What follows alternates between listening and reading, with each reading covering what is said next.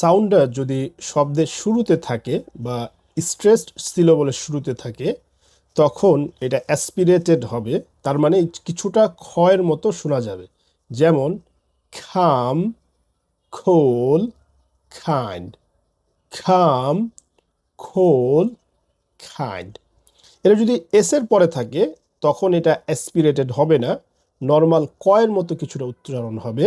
যেমন school, skill, scope, school, skill, scope. এটা যদি শব্দের শেষে থাকে তখন এটা আনরিলিজড হবে, তার মানে আমরা বাতাসটা বের করব না। যেমন ব্যাক, লুক, শুক, ব্যাক, লুক, শুক। এই ধরনের আরও ভিডিও পেতে অবশ্যই ফলো করবেন।